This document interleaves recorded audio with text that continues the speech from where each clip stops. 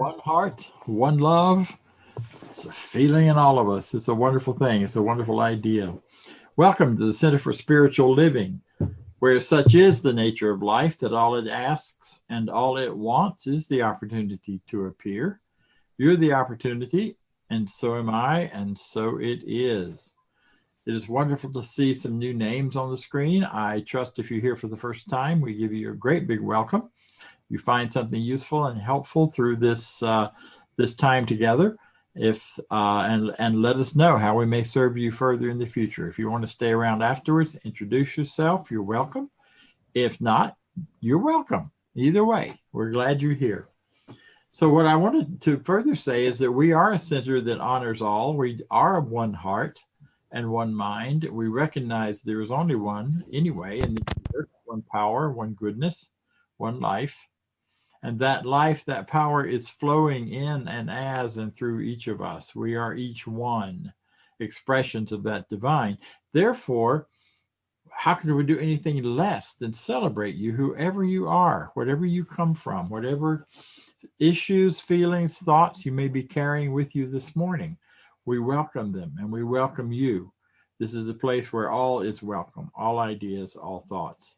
So that we look forward to having this time together with each of us and with each of you. So I want to do a really short kind of centering moment if you want to join me. There's one mind, one power, one light. We've affirmed it already. We open ourselves and our minds to the greater idea that God is all there is, that spirit is all there is, and everything that flows in us, to us, and through us is that one power, that one light, that one love. We don't have to go find it. We don't have to make it happen. It's already present in us. So as we go into this day today, as we go into this time together, we do so with ease and grace and wonder, knowing that all is well. This is our truth. We let this be, and so it is. Thank you.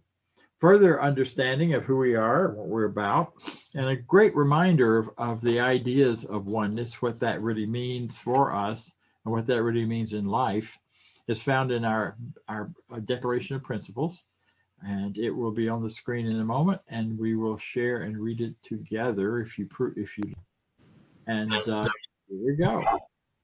I believe in one God, one absolute power and first cause to all my experiences, first call to all things. I believe that this power is perfect love, and it creates out of a desire to express love. I believe that all thought is creative, and how I choose to think creates my personal experience. I believe in the unity of all life and the immortality of the individual soul forever unfolding. I believe in the eternal goodness, the eternal loving kindness, and the eternal givingness of God to all, and so it is.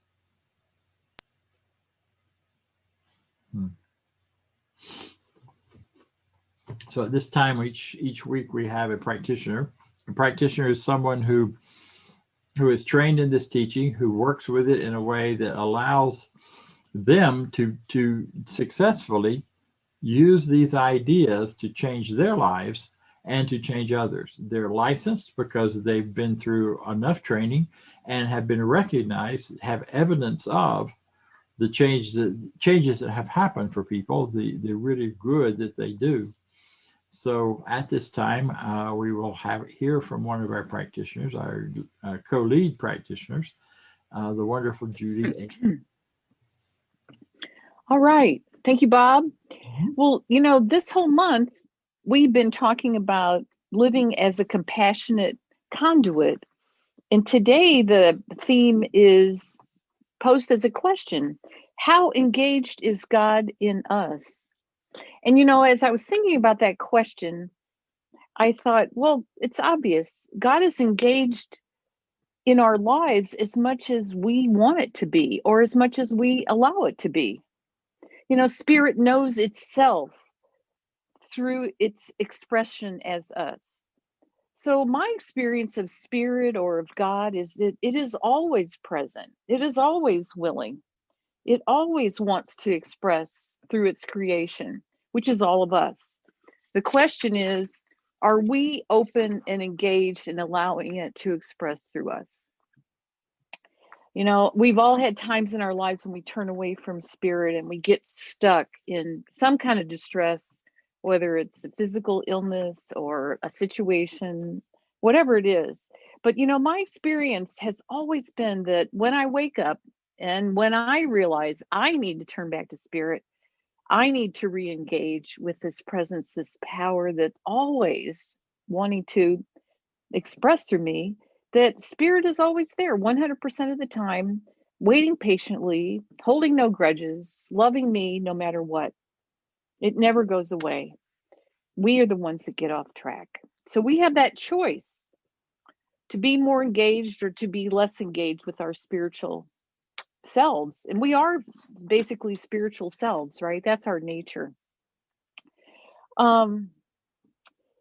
You know, it also reminds me that when I think about this theme for the month of living as a compassionate conduit, reminds me that being this presence in the world and allowing God to express through me requires some things of me. It requires me to reach out to other human beings in this time of change. And, you know, we are in a time of huge social distancing and in isolation sometimes. I am reminded that there are ways for me to reach out and connect to other people. And it feels to me like there's a huge need for it right now. You know, it feels like the exterior world is just swirling around in confusion and fear. So, what I can say to myself is that I offer a presence of stability and clarity in the world. And I can allow the spiritual presence to express through my words and through my actions. I can stand for love in the world. I can listen to others that may not always agree with me, and I can have patience and love in those situations. In our discussion group this morning that happens before the service, and y'all are always welcome to join, there was a person, one of the people shared in the group that, you know, in the world right now, it looks like there's so much opposition. I mean, they practically have our country divided down the middle with, you know, with how the election came out, and there's so much anger and fear and denial, and I don't even know all this. But the truth is, there is really no us and them. Really, it's really all one. And that what this Denise, who shared in the group, she said, it's really God having a conversation with God. And it's like, how are we going to participate in this conversation? Are we going to allow the presence of spirit to express through us as love, as peace, as reconciliation? Are we going to be a conduit for compassion in the world? And it seems like that's sorely lacking right now. So we come together today to remind ourselves that we can be as engaged as we want to be with spirit, and that it really is about us allowing this presence, which is always 100% there for us, to express as love and compassion in the world. So I'm going to close this part with a quote that is from Emmett Fox, who I was looking at his book recently. He's written a lot of great things. And anyway, this was from a book called Around the Year with Emmett Fox, and it seemed to fit this moment for me. And it's sort of a meditation kind of prayer, and we'll go from this into a spiritual mind treatment. He says, "My soul is filled with divine love. I am surrounded by divine love. I radiate love and peace to the whole world. God is love, and all are expressions of love. The love of God burns in me for all humanity. I am a lamp of God, radiating divine love to all whom I meet and to all whom I think of." All right. And thank you, Emmett Fox, for those beautiful words. So if you'll join me now, just get comfortable in your place of of peace in your place in your home, and just allow yourself to relax and to know this with me. And just allow yourself to breathe. There's so much interference and frenetic energy just flowing around out there, and we do not have to participate in that. I just recognize and know that there is one presence, there is one power, there is one goodness, there is one light, there is one love. That this power and this presence and this perfect creative thing that we call God, that we call spirit, is expressing through all of life. It really is all that there is. And I know that I am, and that everyone listening right now, that we are all connected at the heart level to this presence and to this power, to this spiritual perfection that is complete and perfect love, that is wisdom, that is intelligence, that is vibrant health, that is opulent abundance, that this presence only always desires the very best for us. So I know in our spiritual perfection, that wholeness, that completeness, that we can allow this perfection to express as our lives in the physical world. So I know that that is the truth for me right here and right now, and for each one of us. I turn away from anything that says that a life of love and joy and peace and prosperity and vibrant health is not for me. I just turn away from anything, any struggles that are in the way of allowing that to happen in my world.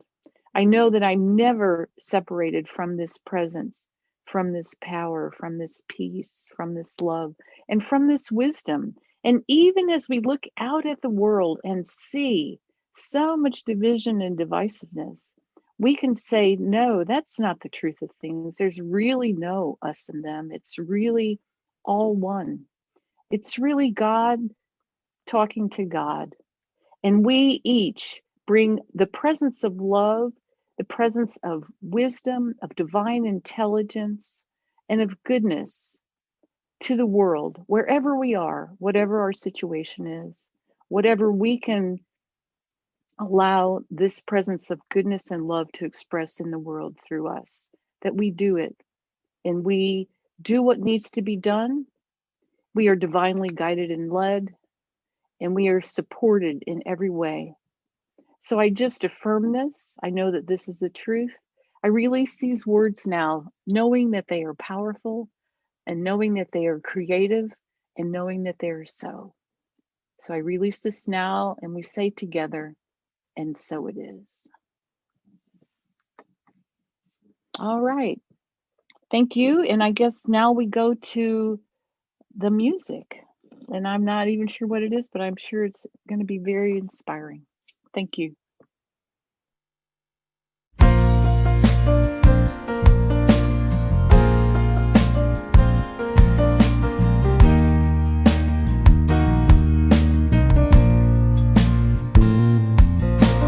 Everyone around this world, each woman, man, and boy and girl are one. We are one. Everyone around this world, each woman, man, and boy and girl are one. We are one. You're a part of me, and I'm a part of you. When we put our hearts together, well, there's nothing we can't do. I'm a part of you, and you're a part of me, and together we can all work together, create a little harmony.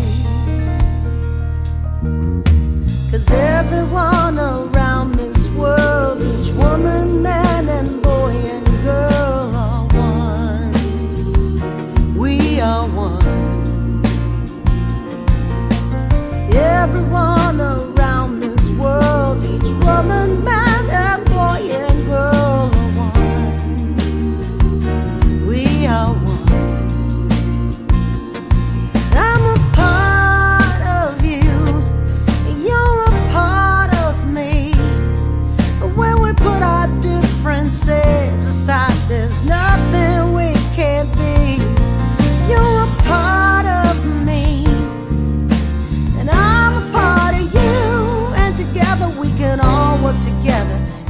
each other make it through.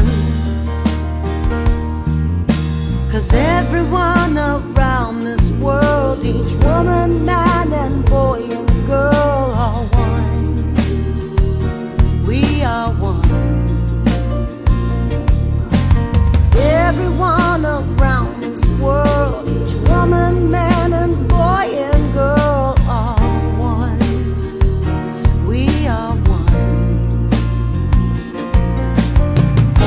And every time we work in unison, the transformation has begun.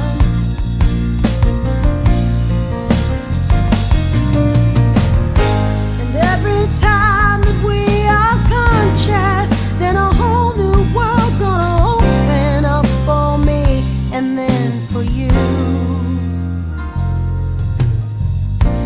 Da-da-da-da-da-da-da, yeah. Ooh. Da-da-da-da-da-da-da, yeah, yeah, yeah.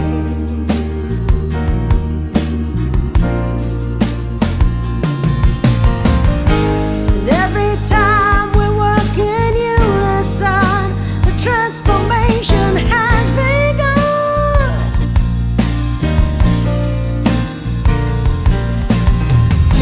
And every time that we are conscious, then a whole new world will open up for me and then for you. 'Cause everyone around this world, each woman, man, and boy and girl are one. We are one. Everyone around this world, each woman, man, and boy and girl are one. We are one.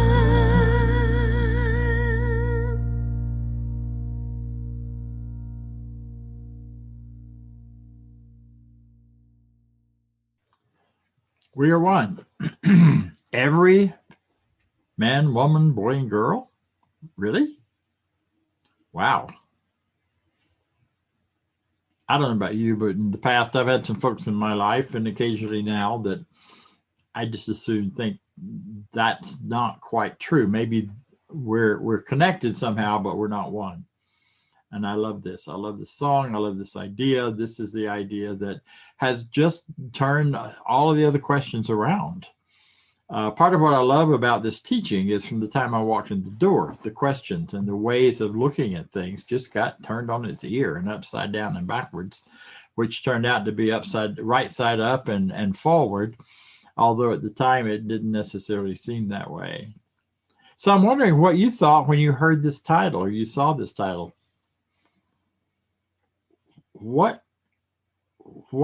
How engaged is God in us?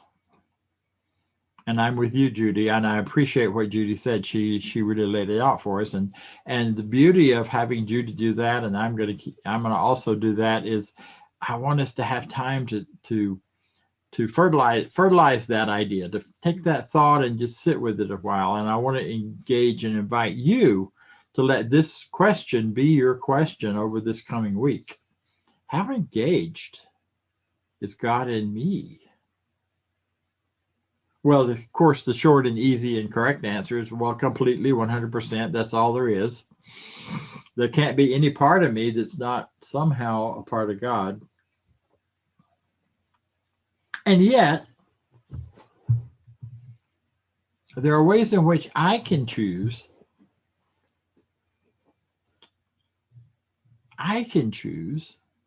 How that engagement is going to show up. Back to the conduits. We are conduits of compassion. And when I think about those things I'm compassionate about, and those people and those or passionate, either way, that I'm directing my attention to my ideas and the things that are important to me, then the energy and focus of all of the universe in spirit is behind it. Now, all those things that I'm compassionate about are already a part of God. They're already part of the oneness.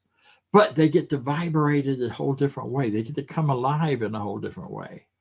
And they get to find a greater clarity of truth and a greater clarity of reality, because there are nonsense. There is nonsense. There are things out there which are a distortion, like the passion of God, the creative power of God is distorted into hate, into destruction, into racism, and all of the isms that would create a category of people or beings that are somehow wrong and somehow should not be included in the oneness. But that's done with that same energy of love, distorted and turned on its ear. It's not like a whole separate thing. It's not a new energy of hate and pain. It's the old energy, just saying, no, no, no, here we go. See, we're not automatons or puppets.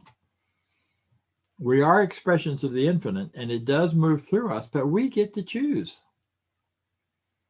how we allow that engagement. We can allow that engagement to be amplified in us by practicing the presence of spirit, of life. That is simply being hyper aware or greater aware, or just paying attention to when it shows up and how it shows up and how life is showing up in us, through us, for us, especially for us. We say it a lot around here, and I've heard it a lot this week. You know, things aren't done to us. It may feel that way a lot of the times, but they're done for us. And when those things that are done for us appear to be evil or wrong or against us or painful or hurtful, it is the opportunity for us to know something better, to move into a higher and greater place of truth and freedom, to speak up perhaps. See, and that's part of it, speaking up. There are many misunderstandings of the idea of oneness and the teaching of oneness, and especially of our choices as an organization not to engage in causes that could be construed as political, or causes that appear to be taking one side or another of any discussion or issue. And yet we always stand for truth, for the goodness of every human being, for every being and part of life to be an expression of God.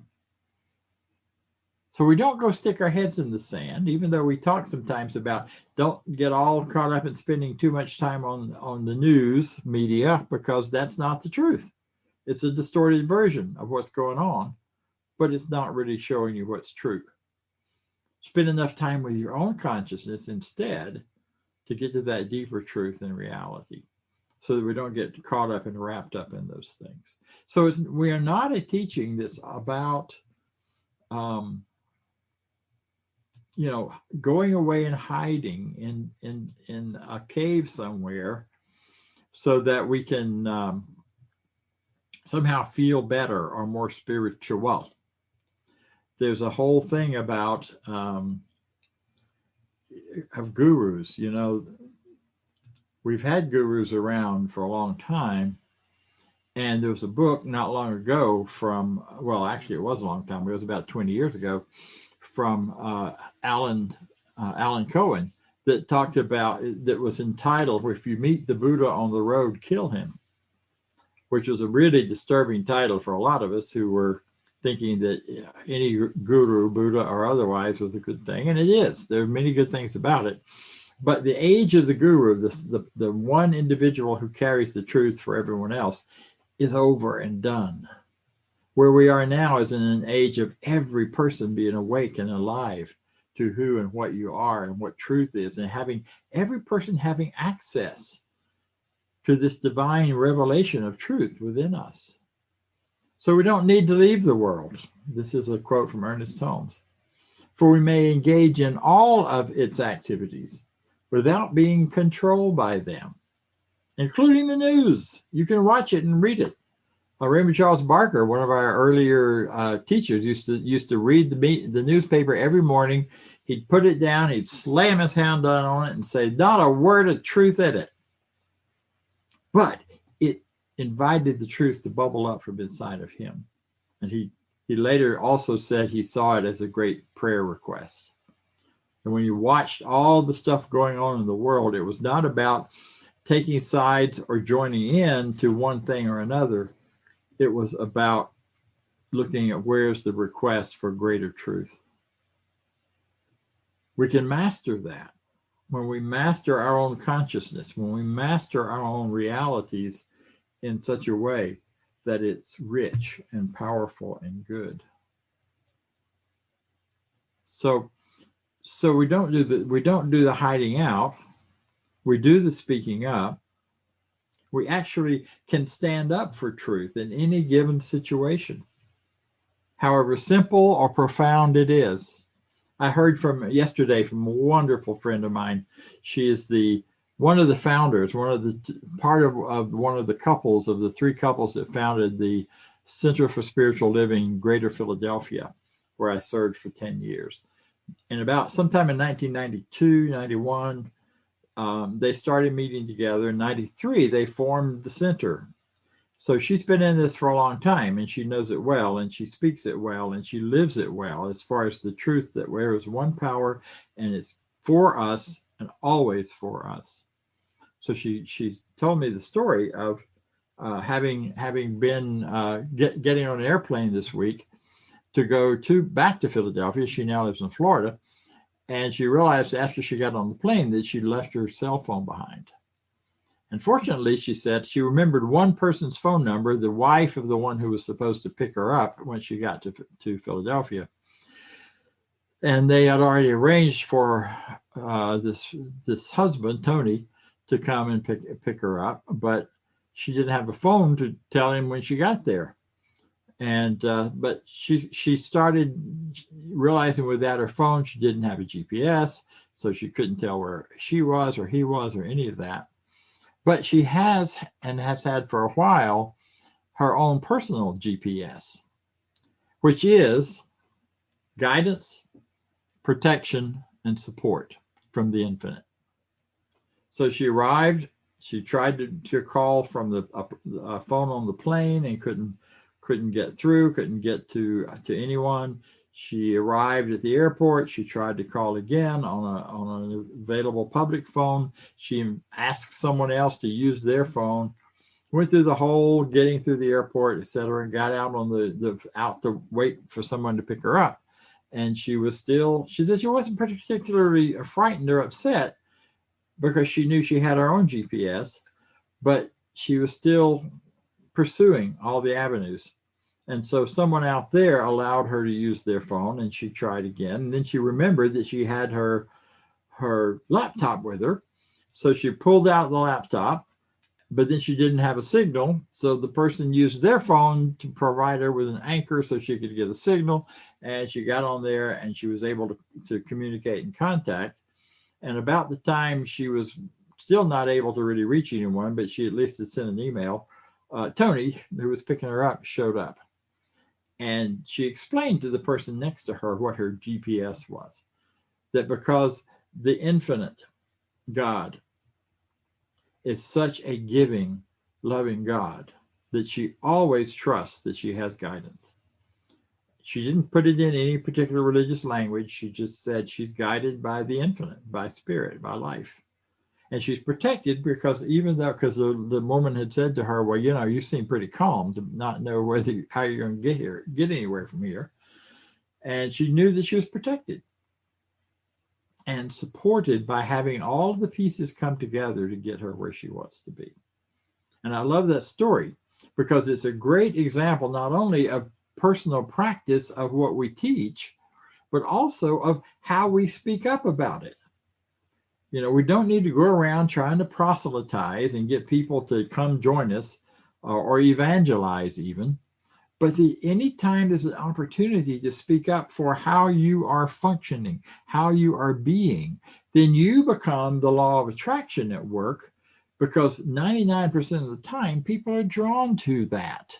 They're drawn to you being calm, being peaceful, being loving, and recognizing that as you move through. Now, we have an interesting thing today because we have a Bible story. So there's a great story of the prophet Ezekiel. And I will attempt not to get too Baptist as I talk about this, although the Baptists are beautiful, wonderful people and part of us as well. But that's my background. So, you know, I won't yell and scream and throw the Bible or anything. However, I will say that the story is pretty awesome. Ezekiel was a prophet in exile. And he was having visions and seeing the wheel within the wheel and all those exciting things. And then suddenly someone tapped him on the shoulder and pulled him into the moment of going, I want to talk to you. Well, that was the infinite speaking, God speaking. And he said, I want you to pay attention because there's some rough people out there who have totally turned away from truth. And I'm going to send you to them to talk to them.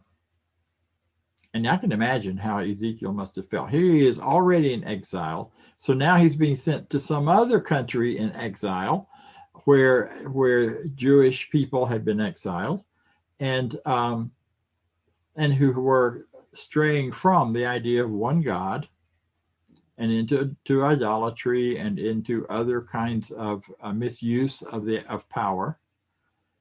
And he said, you're going to go speak up. And they're not going to like it. They're going to disagree with you. Some of them might recognize the truth. But here's the part that comes up later in that whole thing. That's not in the story part that they gave us.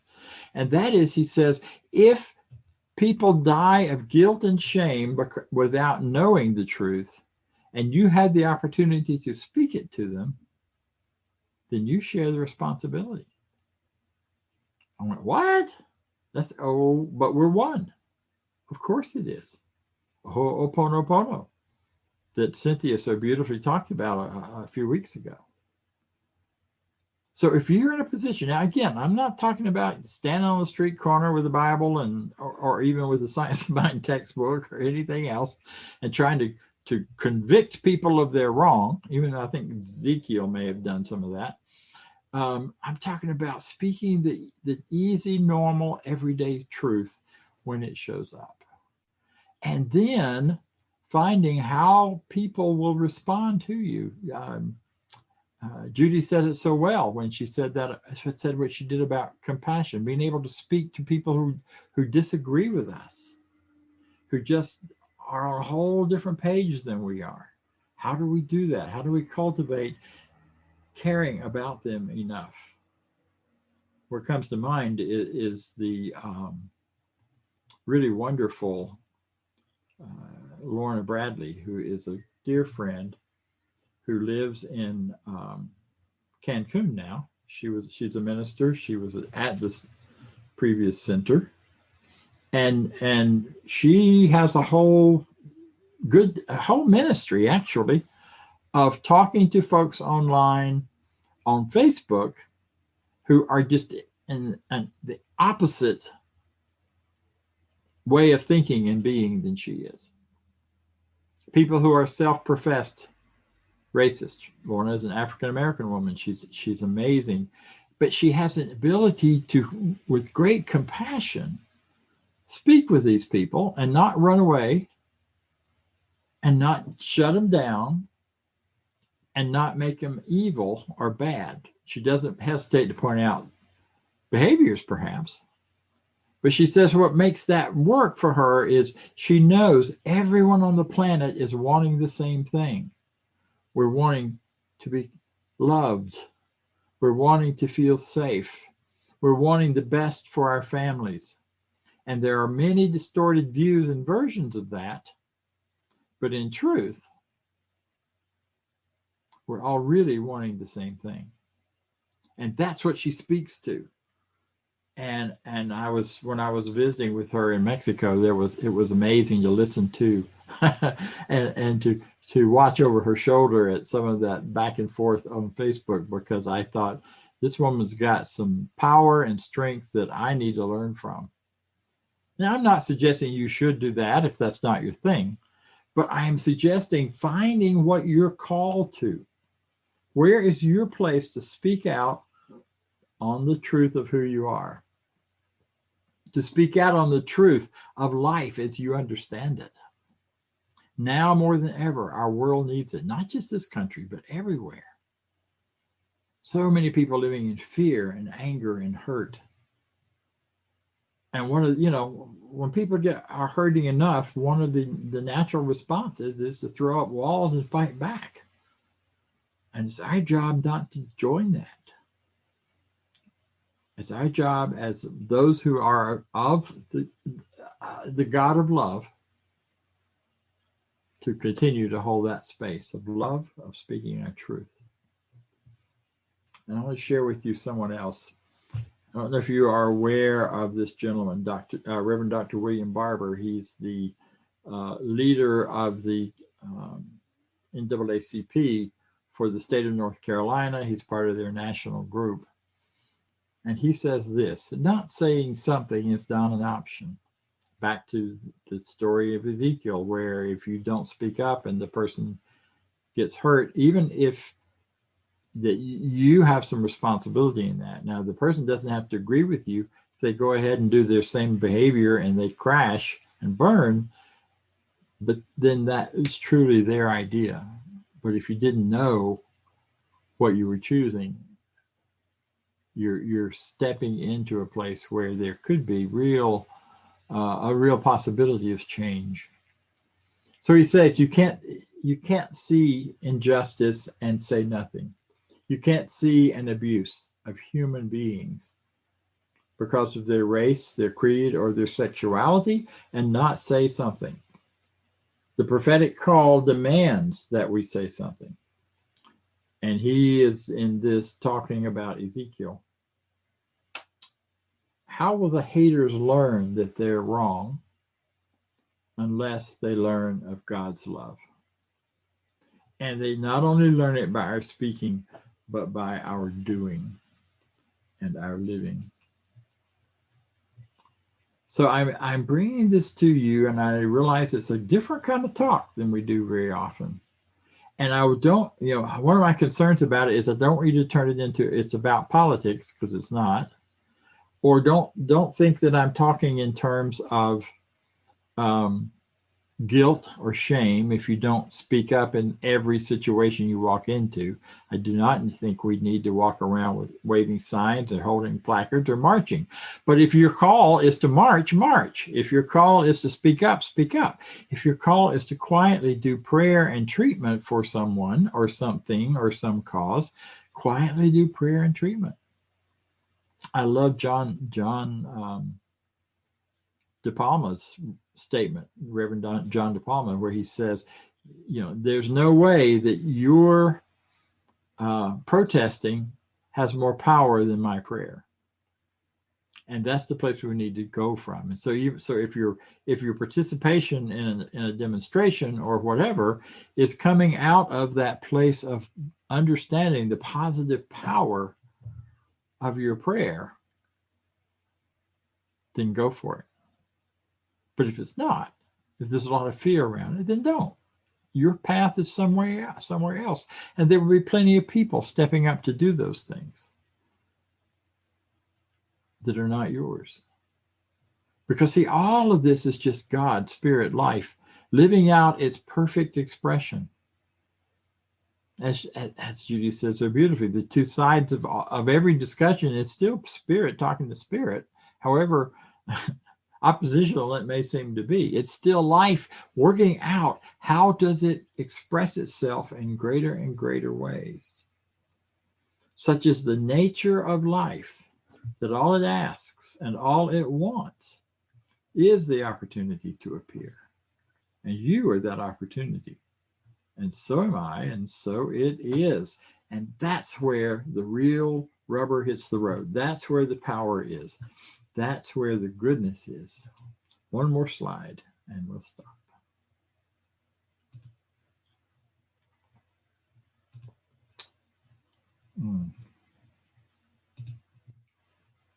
This is our affirmation for today. Well, not that one, this one. I am and will be a stand for love in the world. No matter who is listening, I am listening and I am engaged.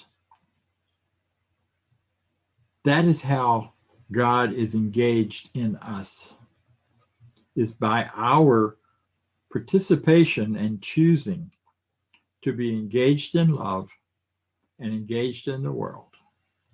We have everything we need. We have our own personal GPS with which to do that. And in so doing, we will find greater freedom, greater life, and greater life experience for ourselves, as well as those with whom we engage. And we really deserve that. You really deserve that, because you're wonderful. And so am I. And so it is.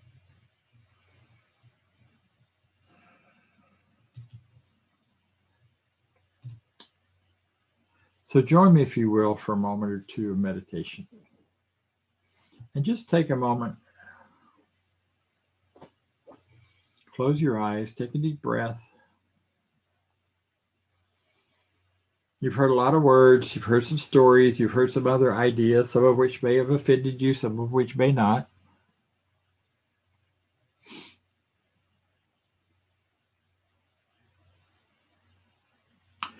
And as you breathe in, simply let all that go for right now.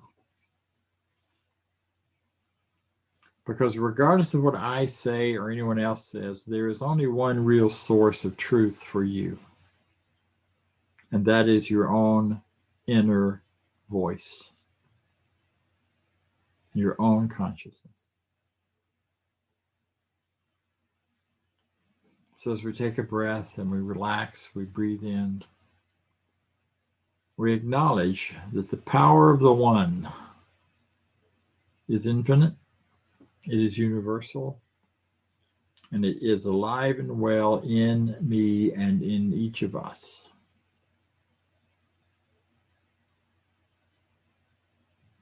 And if you so choose to be engaged with it. And let it be engaged in you through your care, through your love, through your goodness.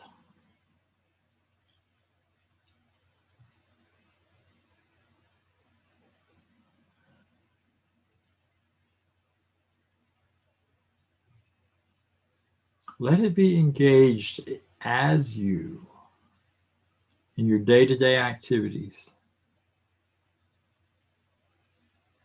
as you go about them with the awareness that it isn't just about the moment and what you're doing, although the moment is powerful. It is about spirit having its way in the world, life having its way in the world.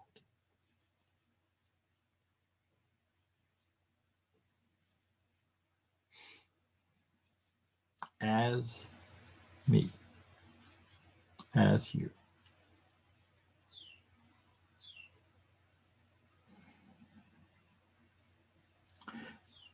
And as you think of your GPS,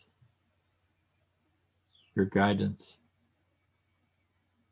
your protection, your support,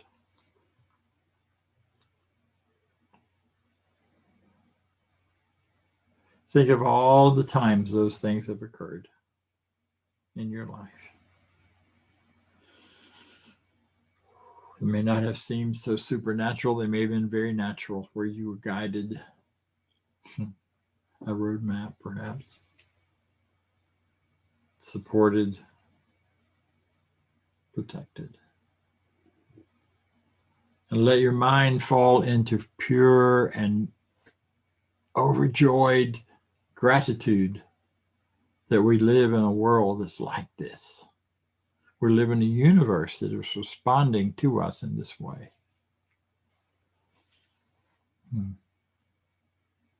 And in this gratitude and from this gratitude, I can release this now, knowing it is complete and it is done. I let it be, and so it is. Wow. Thank you all for giving me this opportunity to speak my truth, and for you to find whatever parts of it may resonate, whatever parts doesn't, but that it may enrich your life in one way or another. So at this time, we always hear from a board member who shares with us some things about our organization and what's coming up and activities. Today, that is the wonderful Karen Childs.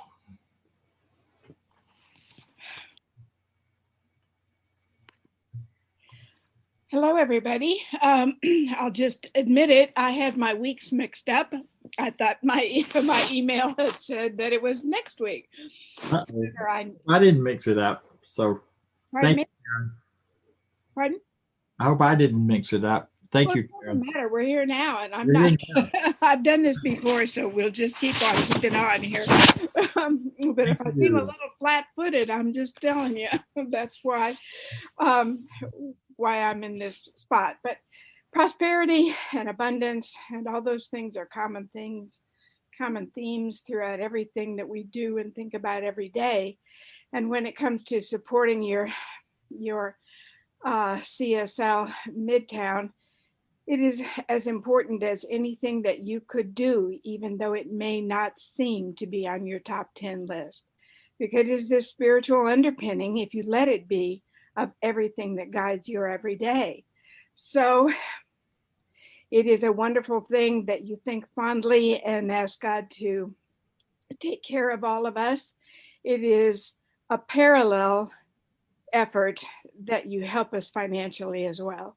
So we would ask you to go online and look at the various ways that you can contribute. Believe me, the people who are in charge of that have made it as easy as possible for even old school folks like me to even put a check in the mail if that's what suits you to do. So I encourage you to do that, keeping in mind that when you give, you receive abundantly. And the measure of how enthusiastically you give, how thoughtfully, how emotionally you know your contribution will matter, will be returned to you. And I feel it every time I write a check that this is a happy thing for me. And isn't it nice that the additional beneficiaries are all those at CSL Midtown that provide us this platform every week and many, many opportunities during the week and so forth to participate. So help me out, Vance. Yes, read with me, please. And I always say that when you read it out loud, that it's kind of a little bit more meaningful. You pause and hear over the words. So say this with me. I live in a universe of abundance. As I freely and joyfully give, I join in the divine flow. And all that I share with life returns to me multiplied abundantly. And so it is. And there, right there, amazingly, is the link to guide you through donating at cslmidtown.org. And here are some announcements, and I will not read them to you, as I feel certain you have that handled. But I guess the overall message here with regard to all these things that are going on is that there are things for you to do to participate when that little voice in your head says, I'm a little bit out of whack here. I am not centered. My life is kind of rotating a bit out of control. I need some grounding. I need like-minded people to bounce things off of, or I just need a quiet few moments to kind of collect myself, something I would do for me. So there are all the things that are going on. Please do take a look at them and see what resonates with you. I can remember years ago that we had many, many classes that we could attend. And our reverends in charge at the time always said, class is where it's at. And I thought that was a cute little catchy phrase until I saw it in action for myself. And in fact, that is the opportunity to immerse yourself in things that are not well grounded in your daily habits. These are things you're learning and doing and seeing if they resonate over and over again. But when you have additional information via class, it matters. And that is the leg up that you will have to take care of you, to find your good. The Sunday morning discussion group there near the bottom of the list, in past years I've participated in that, and I will say that it is another level of thinking. It is another level of opportunity for you to peel back additional layers with the help of a facilitator that you might not quite know how to do on your own. So I encourage you to look into that. It's before the service on Sunday mornings, and you can just stop in and see what you think. And if you happen to have the book, which is the Science of Mind textbook, all the better. So now I turn this back over to the powers that be, and I wish you all a wonderful Sunday. Thank you, Karen. Thank you very much. As one of the powers that be, not in your lives, but in my life, I would just simply encourage you to really consider that class that's being offered right now. You're right. That's where you take this teaching into your everyday working and living at a deeper level. At least you have the potential for that. So this is the last week. We postponed the start of it from last week because there were not enough people, and we're looking forward to hearing from more of you about this. So thank you. So let's close this wonderful day together, this wonderful hour together, with our final affirmation and our final, our affirmation of life. And we use this at the end. Again, read it out loud if you'd like, and I will read it as well. I live in a place now. I leave this place now knowing something better than I knew before. I go forth into the world with a heart full of love and a mind full of good sense. I look at the world in a greater way, knowing that I have within me everything I need to create the life I desire. I give thanks for this understanding. I am grateful for the spirit of life that lives through me. And so it is. Thank you all very much for being here.